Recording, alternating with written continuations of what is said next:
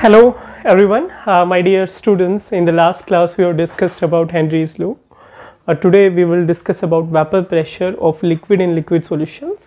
In the last class we have discussed about solution of gases in liquids. Okay, today we will discuss about solutions of liquid in liquid, and then further we will discuss about Raoult's law. What is Raoult's law? So first of all, solution of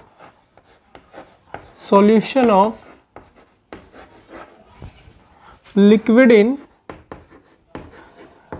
liquid. Okay, that means what?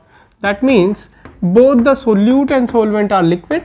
These things are valid for basically solid in liquid solutions also, but to some extent there is a difference. We will discuss about that difference also. So first of all, we must know what is vapor pressure of liquid and liquid solution. First of all, we must know what is a vapor pressure. Vapor pressure क्या होता है, ठीक है भाई. तो vapor pressure क्या होता है, इसके लिए what we will do, we will consider that if we will have a particular beaker, okay, and in that beaker there is arrangement in which I attach a U-shaped tube to this beaker. This is a U-shaped tube. Okay. Now, if I say there is some liquid in there and that is a burner, तो भाई मैं इस liquid को heat कर रहा हूँ बेटा.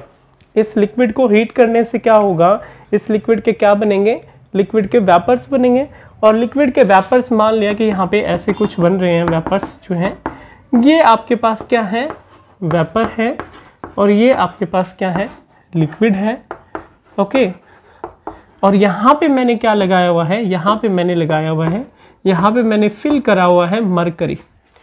और मैं इसका प्रेशर मेजर करता हूँ कि जिस टाइम वेपर्स यहाँ से यहाँ मूव करते हैं उस टाइम वो कुछ न कुछ प्रेशर एक्सर्ट करते हैं मरकरी पे, और जो वो प्रेशर एक्सर्ट करते हैं मरकरी पे, उसकी वजह से क्या होता है कि मरकरी जो है वो यहाँ से यहाँ मूव करती है.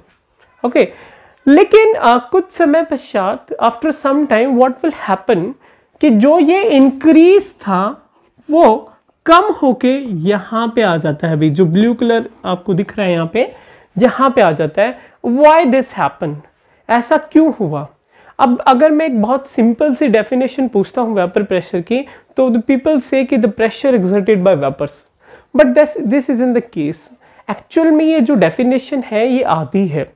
Pressure exerted by vapours when liquid and vapours are in equilibrium. ठीक है, यहाँ पे क्या होगा भी, जो ये लिक्विड और वेपर है ये एक दूसरे के किस में रहेंगे, ये यहाँ पे लिक्विड था भी, ये वेपर था बेटा, ये लिक्विड और वेपर एक दूसरे के इक्विलिब्रियम में रहेंगे. जिस टाइम इक्विलिब्रियम एस्टेब्लिश होगा उस टाइम जो प्रेशर यहाँ पे हमें विजिबल होगा, वो जो प्रेशर है वो हमारा क्या कहलाएगा, वेपर प्रेशर कहलाएगा.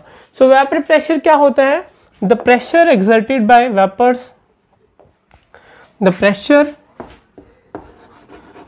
exerted by vapors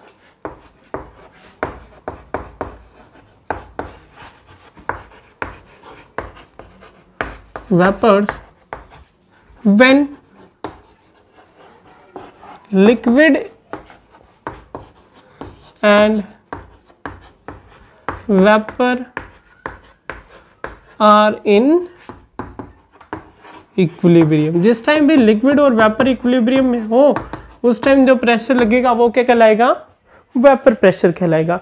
अब बेटा जो वेपर प्रेशर होता है दो लिक्विड मिक्सचर्स का, अगर मैं दो लिक्विड को मिला देता हूँ, तीन लिक्विड को मिला देता हूँ और एक होमोजेनियस मिक्सचर बनता है, मेरे पास लिक्विड एंड लिक्विड सॉल्यूशन बन जाता है, तो वो जो वेपर प्रेशर मिक्सचर का है वो कैसे डेविएट करेगा, वो किसके ऊपर डिपेंड करेगा. इसके लिए एक फ्रेंच केमिस्ट थे राउल्ट्स, जिन्होंने इस चीज को स्टडी करा था, और उन्होंने एक लॉ दिया जिसको हम कौन सा लॉ बोलते हैं, जिसको हम बोलते हैं बेटा roles law.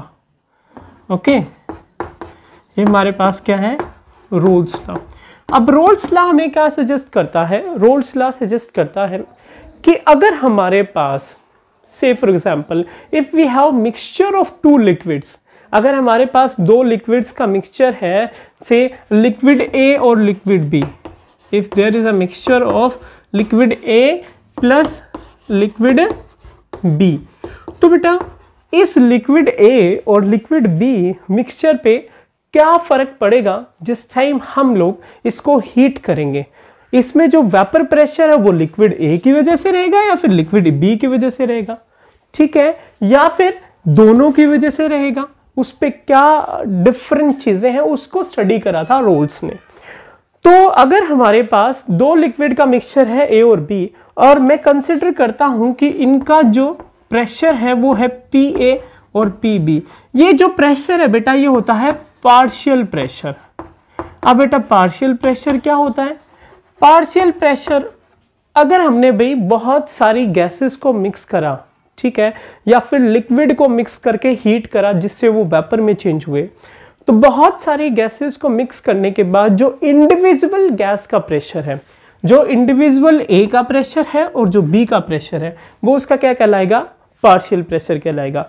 And say if we have mole fraction, और मैं कहता हूं कि इन गैसेस के जो मोल फ्रैक्शन है वो मोल फ्रैक्शन क्या है? X A and X B.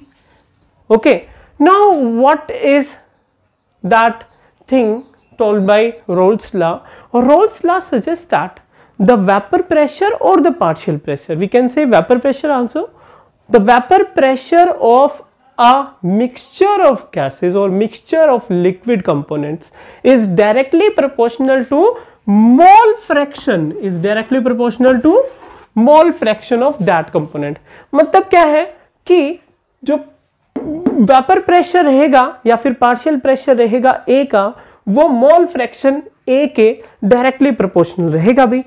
तो हमारे पास रूल्स ला क्या है? That the partial pressure of और the vapour pressure of each component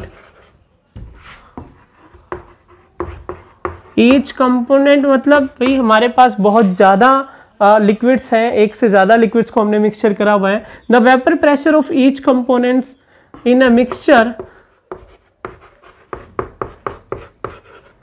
is directly proportional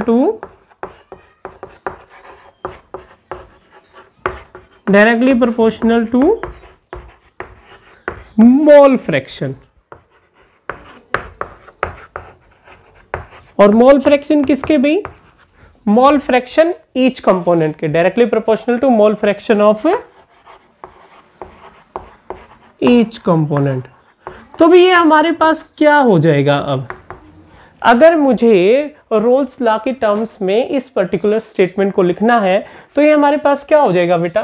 तो ये हमारे पास हो जाएगा, अगर मैं इसे रफ कर देता हूं तो I will write it down here.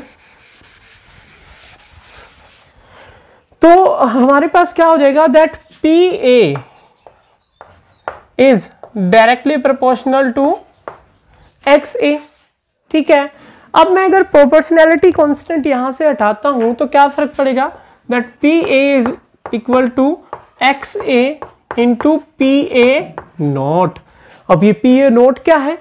P A not हमारे पास जो प्योर कंपोनेंट है, मैंने अब तो मिक्सचर लिया है भाई, प्योर ए का जो प्रेशर है, वेपर प्रेशर है, वो हमारे पास क्या कहलाएगा?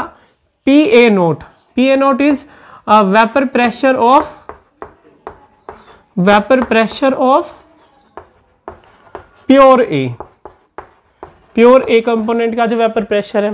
ओके, अगर ऐसे ही मैं क्या करता हूं, ये हमारे पास फर्स्ट होगी वो इक्वेशन। सेकेंड इक्वेशन में क्या रहेगा?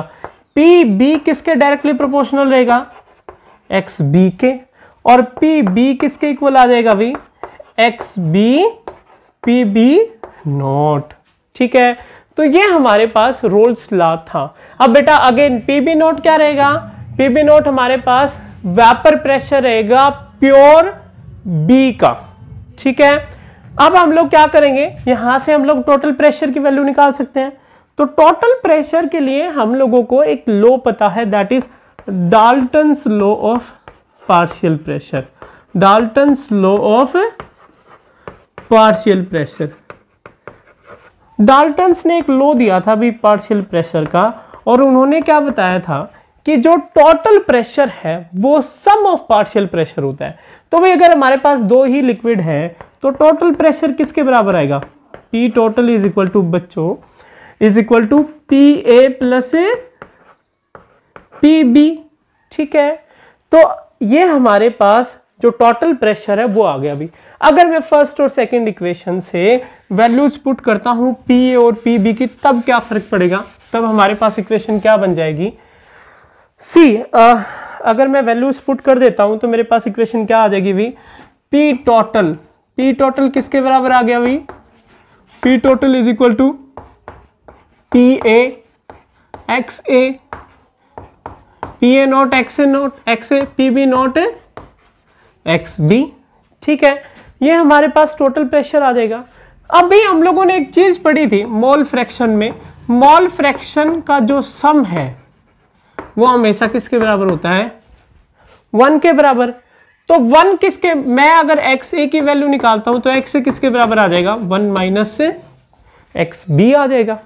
ओके, अब ये हम लोग यहां पे वैल्यू पुट करते हैं। P टोटल को मैं PT लिख देता हूं, PA not 1 minus XB plus PB not XB।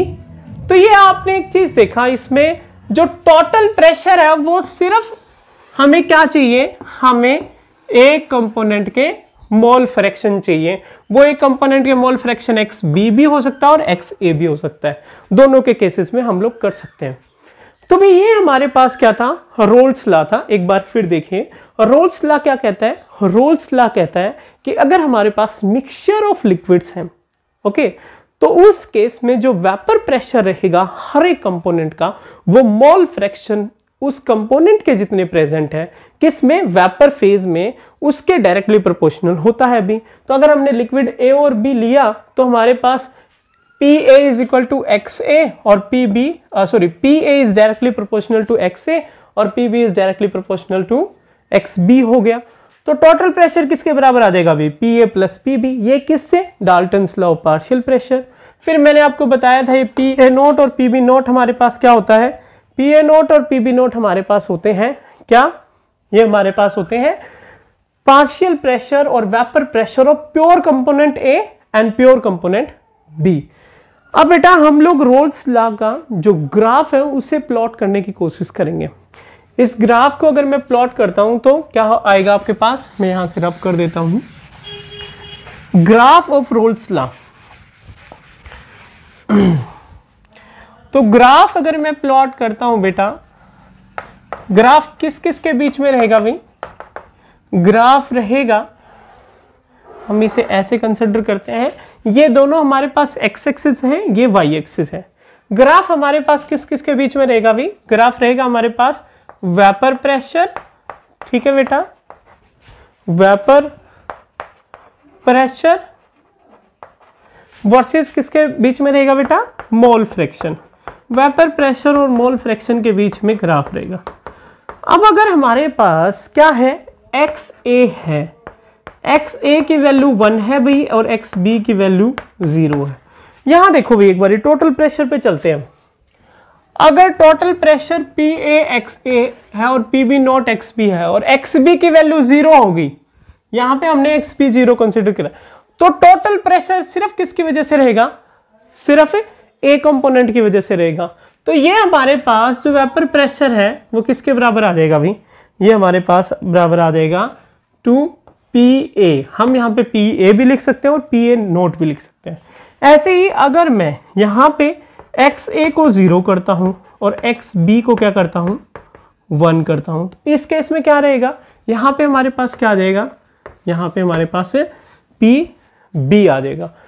अब एक चीज ध्यान रखना भाई, मैंने इसको नीचे लिखा है, इसको ऊपर लिखा है। इसका रीजन क्या है, इसका रीजन यह है कि B कंपोनेंट A कंपोनेंट से ज्यादा आसानी से किस में कन्वर्ट होता है, गैस में कन्वर्ट होता है या फिर वेपर में कन्वर्ट होता है, या फिर आप ऐसा कह सकते हैं B जो है वो मोर वोलाटाइल है। मोर वोलाटाइल क्या होता है भाई, जो आसानी से लिक्विड से गैस में कन्वर्ट हो जाए वो वोलाटाइल होता है। अब बेटा अगर मैं ये इक्वेशन देखता हूं तो P total is equal to PAXA, ये y is equal to mx जैसी इक्वेशन है जिसमें ग्राफ हमेशा क्या आता है, एक स्ट्रेट लाइन आता है भाई। तो अगर मेरे पास ये ग्राफ स्ट्रेट लाइन है तो ये कुछ ऐसा रहेगा। ओके, तो अगर मैं PA को PB से मिला देता हूं एक स्ट्रेट लाइन के रूप में, तो ये मेरे पास किसके लिए रहेगा ग्राफ, ये मेरे पास रहेगा टोटल प्रेशर के लिए ग्राफ भाई। और टोटल प्रेशर किसके बराबर है, सम ऑफ पार्शियल प्रेशर। तो ये हमारे पास ग्राफ रहेगा राउल्ट्स लॉ के लिए। ओके, अब बेटा जो नेक्स्ट टॉपिक है उसमें हम लोग पढ़ेंगे कि राउल्ट्स लॉ के बेसिस पे कितने टाइप के सॉल्यूशन हमारे पास होते हैं। तो राउल्ट्स लॉ के बेसिस पे हमारे पास टोटल जो सॉल्यूशन है भाई वो 2 टाइप के होते हैं, या फिर आपसे सिंपल पूछ लिया जाता है how many type of solutions are there. तो 2 टाइप के सॉल्यूशन है भाई, एक तो होता है आइडियल सॉल्यूशन और एक होता है नॉन आइडियल सॉल्यूशन। अब आइडियल और नॉन आइडियल सॉल्यूशन क्या होते हैं उसके बारे में डिस्कस करेंगे भाई, ideal solution and non ideal solution. तो solution is of 2 type, one is ideal, another is non ideal solution.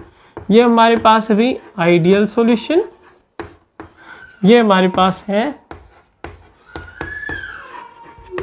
Non ideal solution. अब बेटा आइडियल सॉल्यूशन क्या होता है और नॉन आइडियल सॉल्यूशन क्या होता है। आइडियल सॉल्यूशन भाई जैसा कि नाम सजेस्ट कर रहा है, हमारे पास आइडियल सॉल्यूशन हमें बताना किसके बेसिस पे है, हमें बताना है और राउल्ट्स लॉ के बेसिस पे। तो आइडियल सॉल्यूशन में क्या खासियत होती है कि आइडियल सॉल्यूशन जो है वो क्या करते हैं बेटा, वो राउल्ट्स लॉ को फॉलो करते हैं, विच फॉलो राउल्ट्स लॉ। जो राउल्ट्स लॉ को फॉलो करें वो कौन से सॉल्यूशन होते हैं भाई, वो आइडियल सॉल्यूशन होते हैं। और सेकंड चीज हमारे पास क्या है, सेकंड चीज रहेगी भाई जिस टाइम हम लोग 2 चीजों को मिक्स करते हैं, 2 चीजों को मिक्स करते हैं, वो हमारे पास मिक्सिंग से क्या होती है, हीट रिलीज होती है भाई। कई केसेस में क्या होता है, मैं सोल्यूट और सोलवेंट को मिक्स करता हूं तो मेरे पास कुछ ना कुछ अमाउंट हीट रिलीज होती है। तो अगर मैंने डेल्टा H मिक्सिंग निकाली, मतलब 2 चीजों को मिक्स करा और मिक्स करने के बाद जो आपके पास डेल्टा H मिक्सिंग है वो 0 आई, तो इसका मतलब वो कैसा सॉल्यूशन है, वो आइडियल सॉल्यूशन है।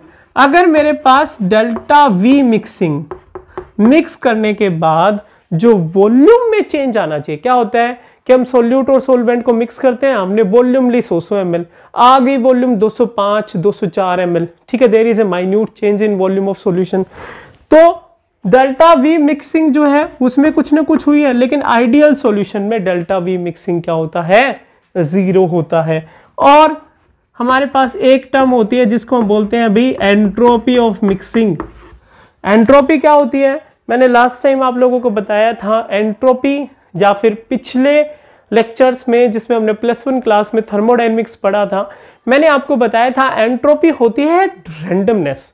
और रैंडमनेस को हम कैसे मेजर करते हैं, इसका एक बहुत ही सिंपल एग्जांपल है। अगर एक क्लास है और क्लास में टीचर है तो स्टूडेंट बहुत ही ऑर्गेनाइज्ड वे में बैठे हुए हैं, एंट्रोपी जो है वो कम है। जैसे ही बेल होती है स्टूडेंट एक जगह से दूसरी जगह उठ के जाने लग जाते हैं अभी, तो इसका मतलब रैंडमनेस बढ़ जाती है। ऐसे ही कुछ मॉलिक्यूल्स के साथ होता है। इस केस में जो एंट्रोपी ऑफ मिक्सिंग है, एंट्रोपी चेंज ऑफ मिक्सिंग है, वो क्या होता है, 0 होता है। तो ये हमारे पास आइडियल सॉल्यूशन की बात हुई। इसके अलावा एक बहुत ही इंपॉर्टेंट चीज है भाई, अगर मैंने A और B को मिलाया और A B को मिलाने के बाद मेरे पास AB बन गया। A मेरे पास क्या है, A मेरे पास है सोल्यूट और B मेरे पास क्या है, सोलवेंट, और AB मेरे पास क्या है, सॉल्यूशन है भाई। तो अगर मैंने 2 चीजों को मिलाया A और B, सोल्यूट और सोलवेंट को, और मेरे पास एक सॉल्यूशन बना भी, अगर फोर्सेज ऑफ अट्रैक्शन A के बीच में जो है वो है FAA, B के बीच में जो है वो क्या है, FBB, और AB के बीच में क्या है, FAB। अगर जो सोल्यूट और सोलवेंट में फोर्सेज ऑफ अट्रैक्शन थे वही सेम सॉल्यूशन में है, तो इसका मतलब वो सॉल्यूशन कैसा है, वो आइडियल सॉल्यूशन है। आइडियल सॉल्यूशन वो सॉल्यूशन होता है भाई जिसके अंदर आपके पास जो फोर्सेज ऑफ अट्रैक्शन सोल्यूट और सोलवेंट में अलग अलग हो और सॉल्यूशन बनने के बाद भी सेम हो, वो हमारे पास क्या कहलाता है, वो हमारे पास कहलाता है ideal solution. Okay everyone, so in non ideal solution we will discuss in our next lecture.